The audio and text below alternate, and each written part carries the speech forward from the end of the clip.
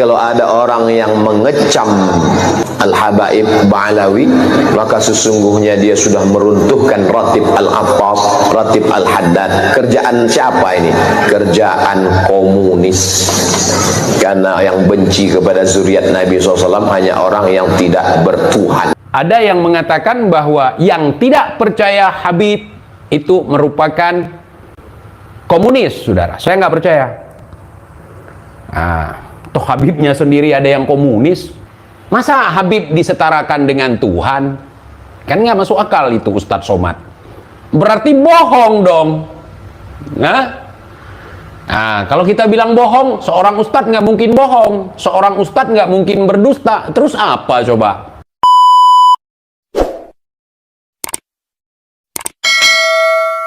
Temanya apa nih? Kalau nggak percaya Habib sama dengan komunis.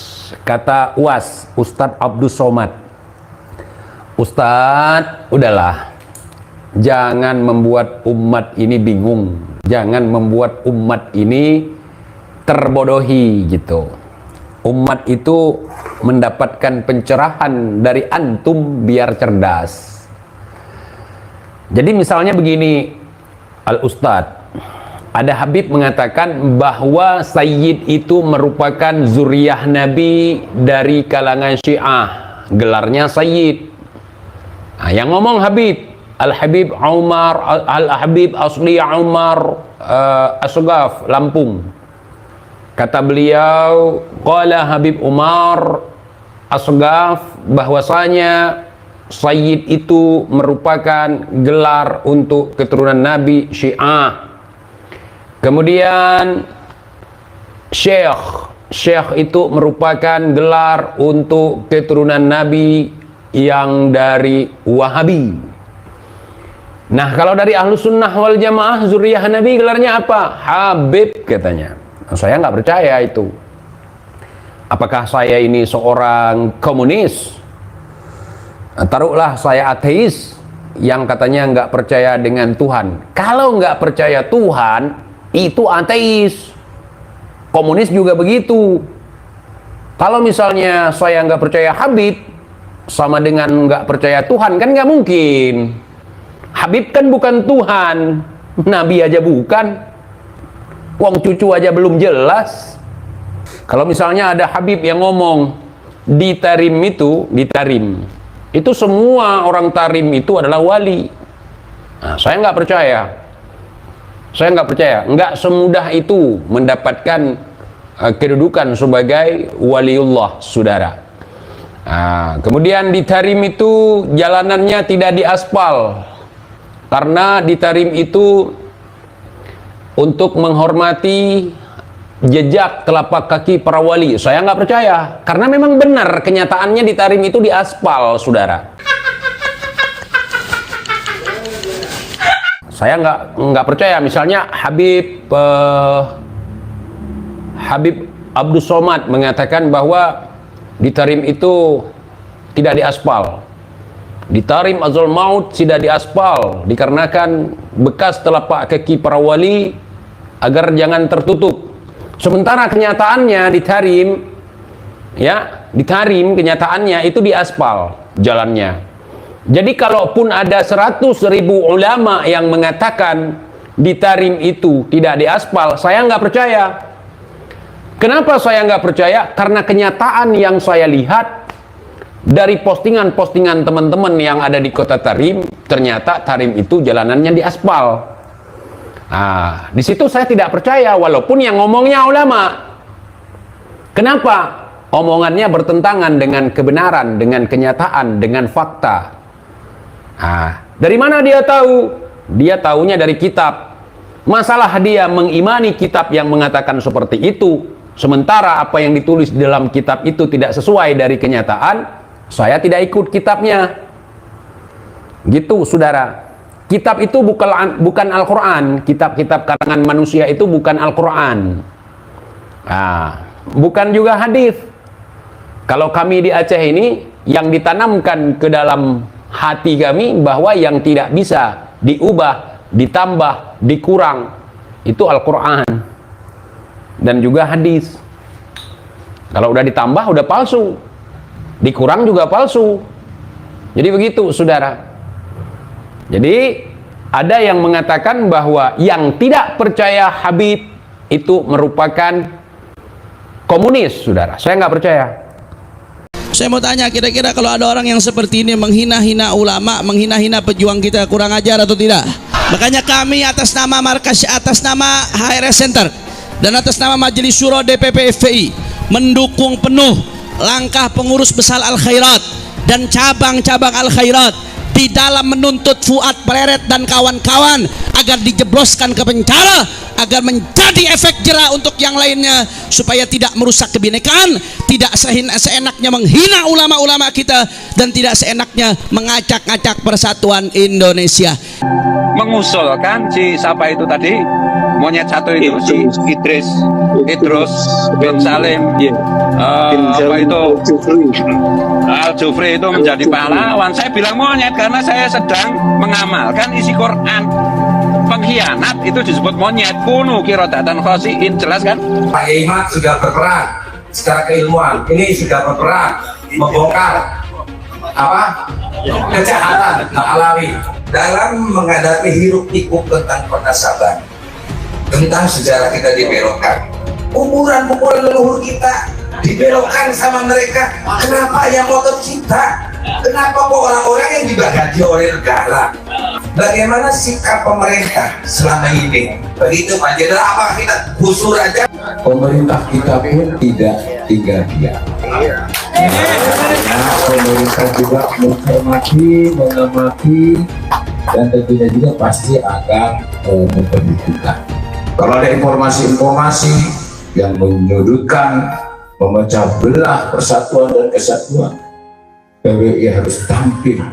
Oleh karenanya saya tekankan PWI terus berkumandang demi persatuan dan kesatuan, dan kita dorong, kita dukung pemerintah Pak Prabowo dan Pak Gibran. Upaya untuk menguasai negeri. Jadi antaranya kita lihat, membonjol saja diakui sebagai leluhur Ba'alawi. Pangeran Diponegoro juga diakui sebagai Ba'alawi, padahal cucunya masih hidup. Oh, gampang sekali itu dijadikan Ba'alawi. Kan gitu. Kan ini kan orang-orang pejuang untuk membela negara ini. Itu kan mereka coba-coba membelokkan sejarah. Kan mereka mengatakan yang membuat Pancasila Ba'alawi, yang membuat lagu Indonesia Raya Ba'alawi, yang membuat Partai Merah Putih Ba'alawi, yang memerdekakan Indonesia Ba'alawi. Sumpah Pemuda aja loh, Al-Irsad masih ikut, mereka nggak mau ikut. Cina ikut Sumpah Pemuda, Ba'alawi nggak mau karena dia bilang kastanya dia lebih tinggi dari segalanya.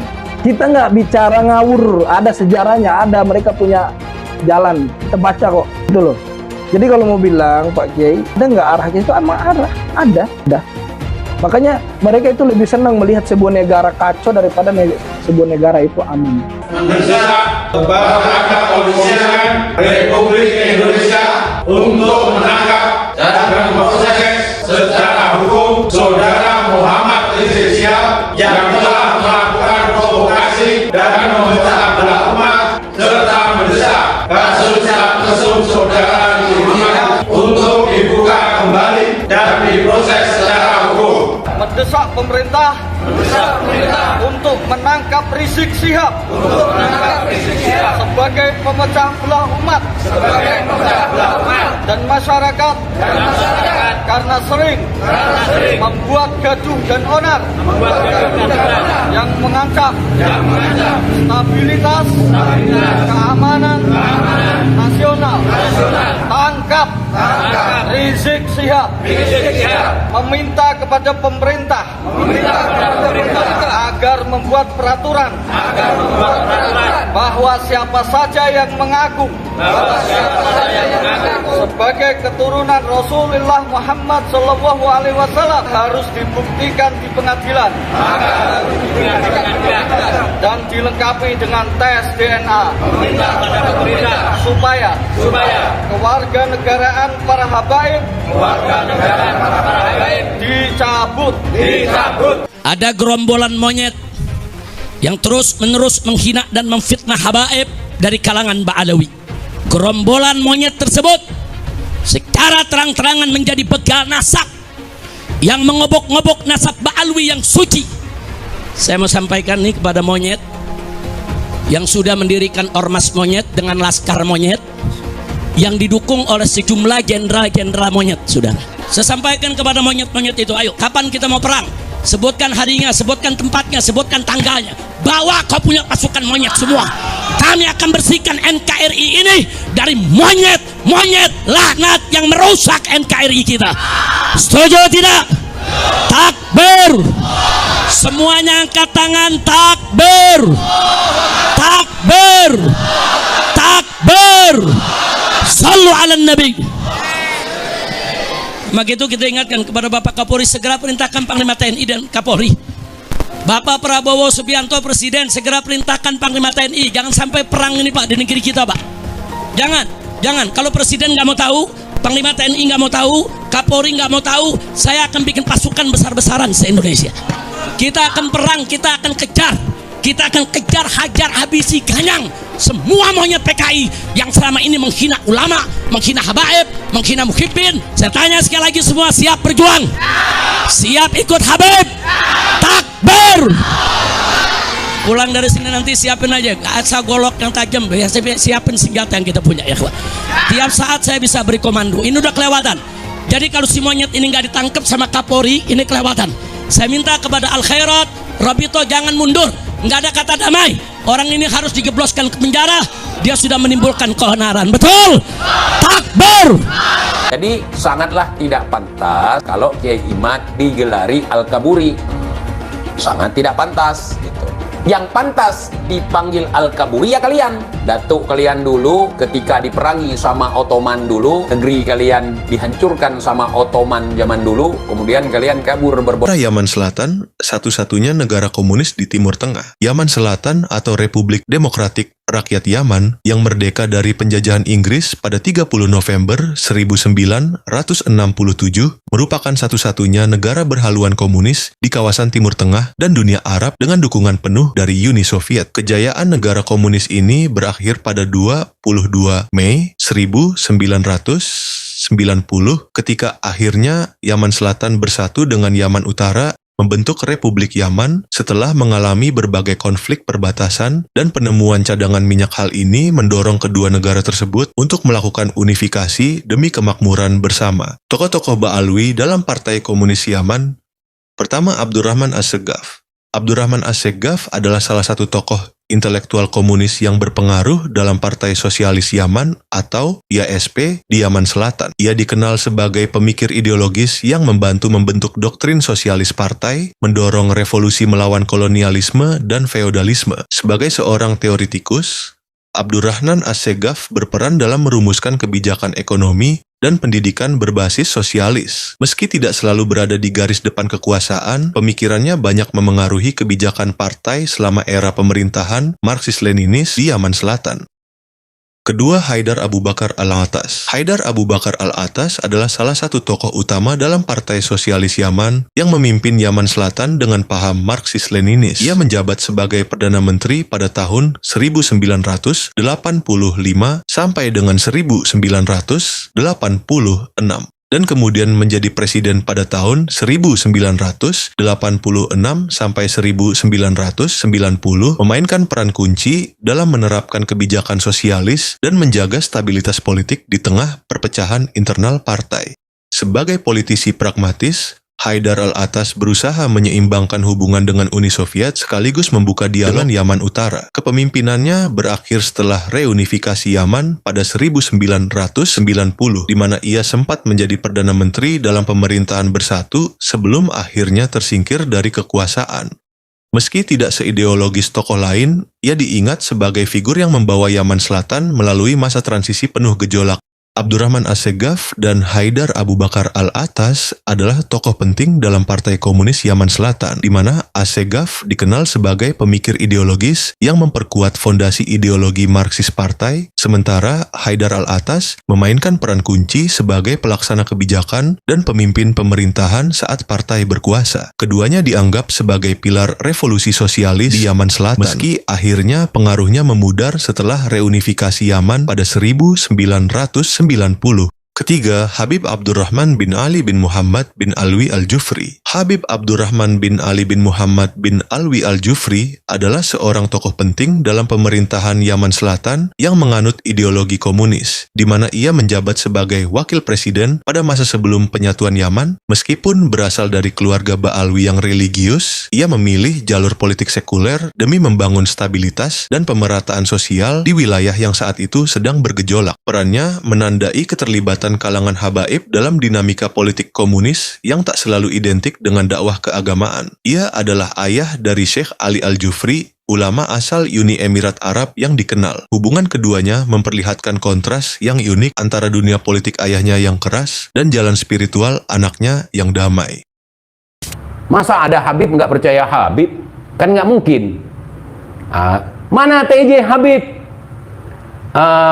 DNID itu bukan Habib, nggak diakui oleh Rabitoh. Oh, karena dia PKI. Oke. Musuh Al-Munawwar. Oh, itu bukan Habib TJ, kan tidak diakui oleh Rabitoh. Nah, nggak apa-apa juga. Fakhrul Barakbah, Sofyan Barakbah yang di Kalimantan itu nggak diakui oleh Rabitoh juga. Ya salam, saudara. Terus kalau di Tarim itu, selama kami di Tarim, kata Habib nih, Munib menantunya Unyil. Selama kami di Tarim itu, kami tidak pernah melihat wajah perempuan. Kami tidak pernah melihat aurat perempuan, saudara. Kata dia, mau mengatakan bahwa di Tarim itu aurat perempuan tidak nampak. Boleh. Kalau dia nggak lihat ya nggak apa-apa, bagus. Ngapain coba kita jauh-jauh ke Tarim cuman buat lihat aurat perempuan? Cuman kalau dibanding-bandingkan dengan Indonesia, jangan. Di sini ada juga yang non-muslim, bukan semuanya Islam, ada yang kafir. Mereka mau menampakkan auratnya ya silahkan, bukan urusan kita ya. Kita jangan nengok. Gitu. Tapi kalau saya nengok, apakah saya salah? Enggak. Lah TJ ente sesat mengatakan bahwa melihat aurat perempuan itu tidak berdosa. Enggak, saya nggak mengatakan tidak berdosa. Tapi kalau sekali lihat, jangan pejam matamu. Nggak apa-apa. Sedekah itu. Nah, pas saya lihat perempuan itu lagi buka celana, saya nggak berkedip. Saya tompang lagi pakai korek kayu itu. Nggak apa-apa itu. Tapi kalau udah berkedip, itu dosa. Makanya saya kalau melihat perempuan cantik ini itu segala macam itu nggak berkedip. Nah, kalau nggak berkedip ya nggak dosa. Bahkan trik supaya tidak berkedip, pas lihat, jangan pakai wow. Biasanya orang pakai wow. Wow, berkedip itu. Saking semakin mulutnya lebar, semakin matanya melotot, saudara. Gitu. Jadi kalau nggak percaya Habib sama dengan komunis, saya nggak percaya. Kalau nggak percaya adanya Tuhan, adanya Allah, adanya yang Maha Pencipta, itu komunis. Boleh jadi. Itu ateis, pasti. Masa Habib disetarakan dengan Tuhan? Kan nggak masuk akal itu, Ustadz Somad. Kalau nggak percaya adanya Tuhan, adanya Allah, adanya yang Maha Pencipta, itu komunis. Boleh jadi. Itu ateis, pasti. Masa Habib disetarakan dengan Tuhan? Kan nggak masuk akal itu, Ustadz Somad. Ini mohon maaf, ya. Ini kita berlogika aja.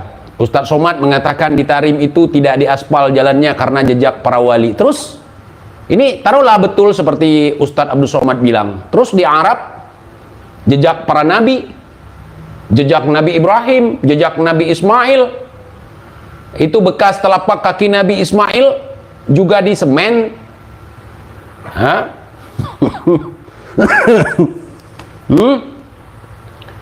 Aduh, Masya Allah. Itu jejak Nabi, jejak Rasulullah, jejak keluarga Rasulullah yang ada di Mekah, yang ada di Madinah, itu di aspal kok. Terus di Tarim, faktanya saya nyari tahu fakta dalam minggu ini, apakah benar bahwa Tarim itu tidak di aspal jalannya? Ternyata aspal lebar, lurus, mulus. Berarti bohong dong. Nah, kalau kita bilang bohong, seorang ustadz nggak mungkin bohong, seorang ustadz nggak mungkin berdusta. Terus apa coba? Kalau dia mengatakan sesuatu yang tidak sesuai dengan fakta, apa coba? Apakah itu khilaf, sabkul lisan? Saya sekarang apa yang diomongkan saya cari tahu. Cuman Fagil Muqaddam tidak ada videonya. Fagil Muqaddam yang Mi'raj bersama seekor kambing. Itu ada di kitabnya. Saya undang orang yang mengerti kitab, yang tahu kitabnya. Kita undang. Ya. Kalau kita ngomong sesuatu yang tidak sesuai fakta, kemudian dibantah oleh orang lain, bukan orang lain itu yang disebut tukang fitnah, saudara. Misalnya gini, kita mengatakan bahwa di Tarim itu tidak diaspal karena mereka sangat menghormati adanya bekas telapak kaki wali, makanya jalanannya tidak diaspal. Yang ngomong seperti itu tidak sesuai dengan faktanya, dialah tukang fitnahnya. Seolah-olah Tarim itu miskin sekali, sampai untuk aspal jalan pun tidak punya budget. Nggak boleh seperti itu, ya. Seorang yang sudah masyhur, seorang yang dianggap alim, seorang yang menjadi mubalik, seorang al-ustaz, seorang guru, seorang yang memiliki gelar yang panjang sekali, nggak boleh bohong. Bohong dosa. Kalau di Aceh itu, kalau bohong itu nanti ekornya tumbuh jadi anjing gitu. Ya. Bohong itu jadi anjing kalau di Aceh. Kita ditakut-takuti sama orang tua kita dulu. Semulit yang tulit timohiku jikase. Siapa yang dusta, tumbuh ekornya jadi anjing gitu. Nah gitu ya. Nggak masalah. Nah itu Al-Kaburi. Jadi si Bahar, si Riji, si Ali Jindan dan sejenisnya itu adalah keturunan dari Al-Kaburi. Kabeh dadi teke wong Yaman niku terus piye ceritane? Delok. Ngerti-ngerti nenek kami yang bikin Pancasila, gundulmu kuwi. Merah putih adalah karena kakek kami. 17 Agustus kakek kami. Lho kok tekmu kabeh iki gundulmu ta? Lho mlakno kula mulai rada konslet niku gara-gara perkara niku. Nek wingi ngono karepmu. Kita padamkan api neraka karepmu. Opo ngono ae. Isra Mi'raj ping 70 karepmu. Tapi kalau sudah mengklaim negara, merah putih TEDI, lah mbah-mbah dhewe sing mati demi merah putih kok dadi tekmu wong mbahmu turu piye niku, Dul. Makanya kalau sudah terkait kemerdekaan, ojo macem-macem, tak samplok rupamu. Ini Kiai Imad ini membatalkan Nasabalawi karena dibayar oleh Cina. Kata saya, urusannya apa Cina sama saya? Apa untungnya Cina itu sama batalnya Nasabalawi? Sekarang kan di Banten lagi ada proyeknya Pak Jokowi dulu, proyek strategis nasional, namanya PIK 2. Saya kan nggak ngomong, mau setuju, mau menerima, mau menolak, saya nggak ngomong. Itu banyak orang-orang yang musuh-musuh Pak Jokowi itu sekarang lagi menolak proyek strategis nasional PIK 2. Lalu karena saya diem aja, tuh lihat Kiai Imad, kalau nasab Habib aja dikejar, tapi adanya penjajah Cina katanya di Tangerang, Banten, dia diam saja. Aktivis-aktivis sudah menolak, tapi Kiai Imad diam saja. Itu tanda bahwa isu nasab ini dibayarin oleh Cina PIK 2 katanya. Bos, itu PIK 2 itu proyeknya Baklawi, bos. Aguan itu orang Cina, tapi yang ngejalanin proyeknya itu Baklawi, namanya Mu'annas Al-Aidid. Dia Baklawi, dia Kabib. Kalau saya ngelihat Baklawinya, saya langsung nolak.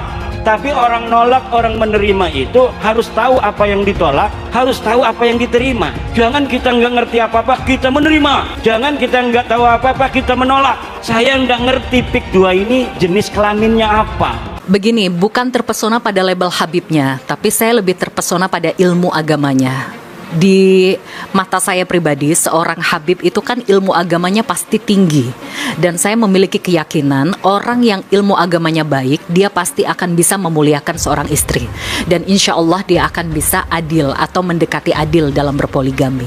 Tapi ternyata karena saya kurang terlalu mengenal karakternya, sifatnya, ternyata setelah dipelajari lebih jauh, dia tidak paham ilmu agama.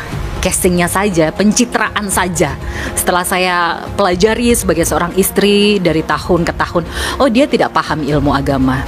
Dia hanya menggunakan agama sebagai casting saja untuk pencitraan.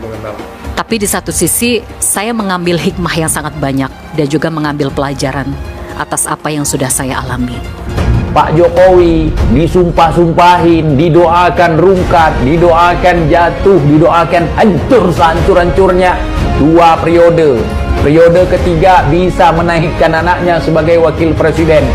Nanti periode keempat bisa jadi anaknya jadi presiden. Pingsan Rizik, orang iri hati, nggak bisa melihat kelebihan orang lain.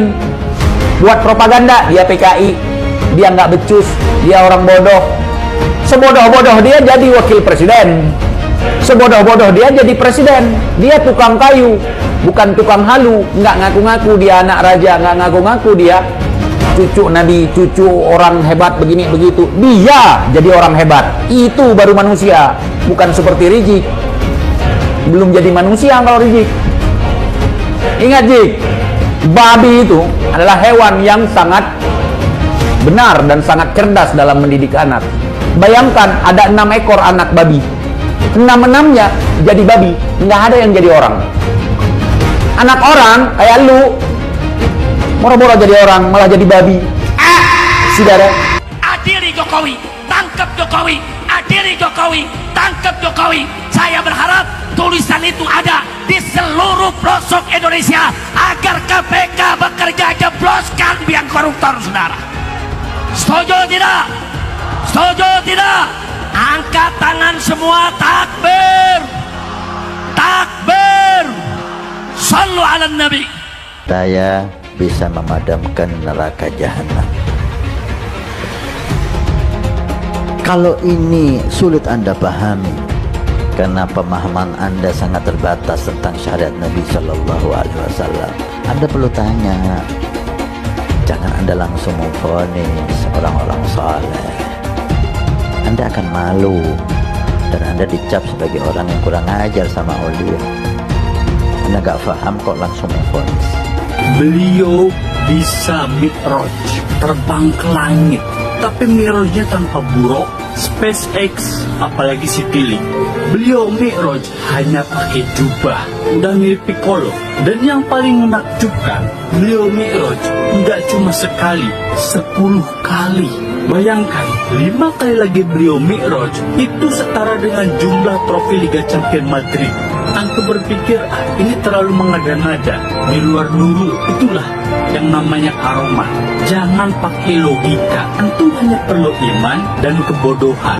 ente semua bohong Jik. Ente mengarang cerita tentang kebangkitan PKI, sementara PKI leluhur ente sendiri. Ente gembar-gemborkan banyak ini ante-ante Belanda, ternyata ante Belanda datuk lu sendiri. Kemudian ente teriak-teriak orang-orang ulama yang nempel dengan pemerintah itu ulama su, nggak boleh diikuti. Ternyata datuk ente Utsman bin Yahya ante Belanda, udah ante pemerintah kafir lagi, udah ante penjajah kafir lagi. Itu memilukan, saudara. Apa jadi yang mengharuskan kita untuk ikut si Rizik ini? Ente bilang ulama-ulama yang berada di pintu sutroh, mereka-mereka yang bersahabat, yang dekat dengan pemerintah ulama su, kata kau. Sementara yang kita cek datuk kau Utsman bin Yahya dekat dengan Belanda. Belanda itu kita tahu penjajah kafir lagi, musuh leluhur kami, bukan leluhur kau, leluhur kami. Jadi jangan sampai kau sama-samakan. Belanda itu musuh leluhur kami, bukan musuh leluhur kau. Leluhur kau itu muhibbin Belanda. Indonesia natijah min nataij tarim. Indonesia ini adalah buah dari gerakan dakwah ulama tadi. الخير والنور الذي وصل إلى إندونيسيا بواسطة العلماء من آل بيت النبي محمد الذين هاجروا من تريم من حضرموت إلى إنديا ثم إلى إندونيسيا. Islam yang ada di Indonesia ini adalah sumbernya daripada ulama dan ahlul bait yang dari kota Tarim Hadramut yang hijrah dari negerinya mampir ke India kemudian datang ke Indonesia. ولو جئنا ونظرنا في سيرته وتاريخه ولي صوم لوجدنا ذلك الاتصال قديما ارتباطا وثيقا لا ينفك. Kalau kita kembali ke sejarah kita yaitu Wali Songo yang mana mereka itu dari Tarim Hadramut, maka kita akan sadar Indonesia dan Tarim tidak bisa. Yang merendahkan Ahlul Bait, cucu Nabi, kelak akan bertanggung jawab di hadapan Rasulullah Sallallahu Alaihi Wasallam. Belajar dengan kami Ahlul Bait, walaupun Bahlul lebih utama daripada 70 ulama atau kiai. Bahwa saya Habib derajatnya lebih tinggi, bahwa saya Habib lebih mulia, bahwa bagaimanapun buruknya saya, maka saya tetap yang memberi syafaat kepada kalian semua. Jadi surga dan neraka itu sangat bergantung pada apakah saya meridoinya atau tidak. Ada di kalangan para Habaib itu yang sampai mengatakan bahwa bahkan ketika ada orang yang ahli maksiat, ketika dia tidak taat formulasi agama, dia tetap bisa masuk surga dengan jalur VVIP kalau mencintai golongan kami dan lain sebagainya. Sebenarnya betulkah sih nggak sambung nasab Ba'lawi ini? Betul Pak, nasab Ba'lawi ini tidak tersambung, dan saya sering ditanya apakah bertanggung jawab nanti di akhirat. Saya katakan berulang-ulang, saya bertanggung jawab di akhirat bahwa Ba'lawi ini bukan turun Nabi secara ilmiah. Haplog grupnya saja itu sudah melenceng, tapi masih kekeh ingin disebut sebagai turunan Nabi. Ketika kitab nasab tidak ada yang mencatat mereka, kenapa mereka masih mau ngaku turunan Nabi? Ketika kitab sejarah sama sekali tidak mencatat nama-nama leluhur mereka, kenapa mereka masih mau mengaku sebagai keturunan Nabi? Orang-orang yang mengaku keturunan Nabi ini memang mendapatkan privilege tertentu dari masyarakat. Ba'lawi penjajah spiritual, ya, kebab al-ngedabrus, waduh, penjajah orangnya VOC. Ba'lawi rungkat, Masya Allah, satu Habib gila lebih mulia dari anjing gila. La ilaha illallah. Kalau berisik dengar suara Habib, azanin aja, ketawain aja, ketawain. Setan tuh ngajak orang sesat. Dari dulu gak ada ulama yang membatalkan nasabnya Ba'lawi, gak ada ulama yang membatalkan nasabnya para habaib. Sekarang muncul Imad, muncul Abbas, Raja Dangdut ikut-ikutan. Jawab yang kompak, kacau atau tidak? Yang mengajakkan kesesatan apa namanya? Kurang kompak apa namanya? Ini Imad mengajarkan kesesatan, berarti Imad. Kurang kompak, Imad. Abbas Buntet mengajarkan kesesatan, berarti Abbas. Ya Allah, hati-hati Bapak Ibu. Yang suka ngajak sesat apa namanya? Apa namanya? Nah ini Imad berarti, Abbas Buntet berarti, Roma Irama berarti setan. Takdir Allah dibicarakan, apakah begini dan begitu. Sifat Al-Quran itu apakah makhluk Allah atau bukan. Kenapa yang dibahas itu adalah hal yang semacam itu? Detik ini ketika saya sedang ngomong di sini, ada orang-orang Cina yang sedang bikin komputer super, komputer kuantum. Dan kalau misalkan itu sudah mewujud, maka mereka bisa menguasai dunia. Di Jepang dan di Korea sekarang sedang bikin nanoteknologi. Amerika Serikat sedang mengembangkan AI. Coba saya tanyakan, perintah Allah adalah untuk membahas hal-hal seperti itu, mengkaji hal-hal seperti itu, mengkaji ayat-ayat kauniyah, membahas tentang ciptaan-ciptaan Allah. Tapi kita tidak melakukan seperti itu. Yang kita lakukan adalah ngebahas tentang Allah, tentang takdir, tentang perbuatan Allah, lalu kita klaim sama-sama, kamu masuk neraka. Itu kan gitu kan kita tuh sekarang tuh kan, itu perbuatan-perbuatan Allah, tapi malah kita yang mengklaimnya. Kamu masuk neraka, kamu masuk surga, kamu selamat, kamu tidak selamat, dia syahid. Tahu dari mana itu? Itu kan perbuatan-perbuatan Allah, tapi itulah yang jadi bahan perdebatan kita. Perdebatan kita di ruangan ini sekarang. Taubat kalian semua. Itu leluhur kami Al-Faqih Muqaddam. Mi'raj satu malam 70 kali Rasulullah Sallallahu Alaihi Wasallam hanya diizinkan Allah mi'raj ke Sidratul Muntaha seumur hidup 1 kali. Ketika ada orang mengatakan bahwa moyang kami bisa mi'raj 1 malam 70 kali, ini telah merendahkan Rasulullah, telah menghina Rasulullah sallallahu alaihi wasallam. Ada lagi berita-berita khurafat. Leluhur kami kalau tidak malu sama Allah dapat memadamkan api neraka cuma dengan kelingking. Ini menghina Nabi, sekarang menghina Allah subhanahu wa ta'ala. Banyak lagi cerita seperti itu. Leluhur mereka semuanya wali, bisa nurunkan emas dari langit. Yaman itu negeri paling miskin di Timur Tengah. Bagaimana kita percaya dia bisa nurunin emas dari langit? Nah, ini membuat satu faktor menguatnya saya, keraguan saya tentang apa iya cucu Nabi ini kayak begini.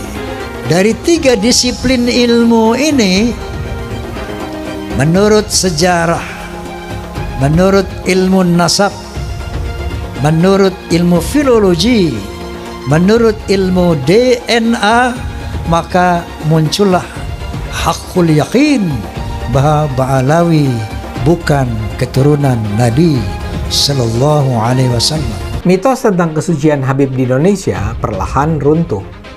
Bila semula para Habib seperti Rizik Syihab atau Bahar Smith dipercaya sebagai manusia suci yang harus dipercaya dan diikuti perintahnya, rasa hormat terhadap para Habib pun perlahan memudar. Di beberapa daerah saat ini berulang kali terjadi pembongkaran makam Habib Keramat. Pembongkaran makam ini adalah bagian dari gejala lebih besar pembongkaran kepalsuan tentang Habib sebagai keturunan Nabi Muhammad. Para Habib di Indonesia tidak bisa dianggap sebagai keturunan Nabi Muhammad. Para Habib seperti Habib Rizik Syihab atau Habib Bahar Smith justru melanggar ajaran Islam. Sudah saatnya masyarakat Indonesia tidak lagi percaya pada mitos-mitos tentang Habib sebagai keturunan Nabi yang suci.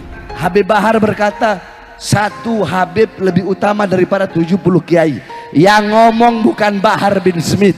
Itu saya lagi buka kitab, bukan lagi ceramah. Saya lagi ngajar santri, biar santri ini tahu Thariqah Ba'alawi syarifun wahidun, 1 Habib afdal min 70 aliman, lebih utama daripada 70 alim. 1 kaki Habib itu lebih tinggi, lebih mulia dari 70 kepala kiai, kan gitu. Itu kan penghinaan betul. Kalau orang tidak terhina dengan ini, saya kira tidak, rasa kebangsaannya rendah. Karena itu dinyatakan, harusnya ditegur lah. Habib itu meskipun mabuk, berzina, itu jangan dimarahi. Karena kalau Habib itu pasti masuk surga. Nah, yang begitu itu membodohi bangsa Indonesia. Habib gila pun, kalau turun Nabi gila sekalipun tidak apa-apa, itu masuk surga, kan gitu. Kalau kayak Indonesia tuh apa? Kamu kan kalau tidak ada Habib, kamu nyembah batu kan? Masa iya begitu? Saya ini tidak tahu ya sejak kapan munculnya Habib ini sebagai kelas sosial yang tinggi gitu ya. Ba'alawi kalau bagi saya bukan gitu ya, bukan turunan Nabi, karena dari filologi jelas ya, kemudian dari historik jelas, kemudian juga DNA yang terakhir itu. Belajar sama 1 Habib sama ukurannya belajar dengan 70 kiai, sama ukurannya belajar dengan 70 kiai, betul nggak Habib? 1 Habib, walaupun Habibnya jahlun, maksudnya bodoh kata Iwa, walaupun Habibnya jahlun, maksudnya bodoh kata Iwa, itu ukurannya perbandingannya amat 70 kiai yang alim.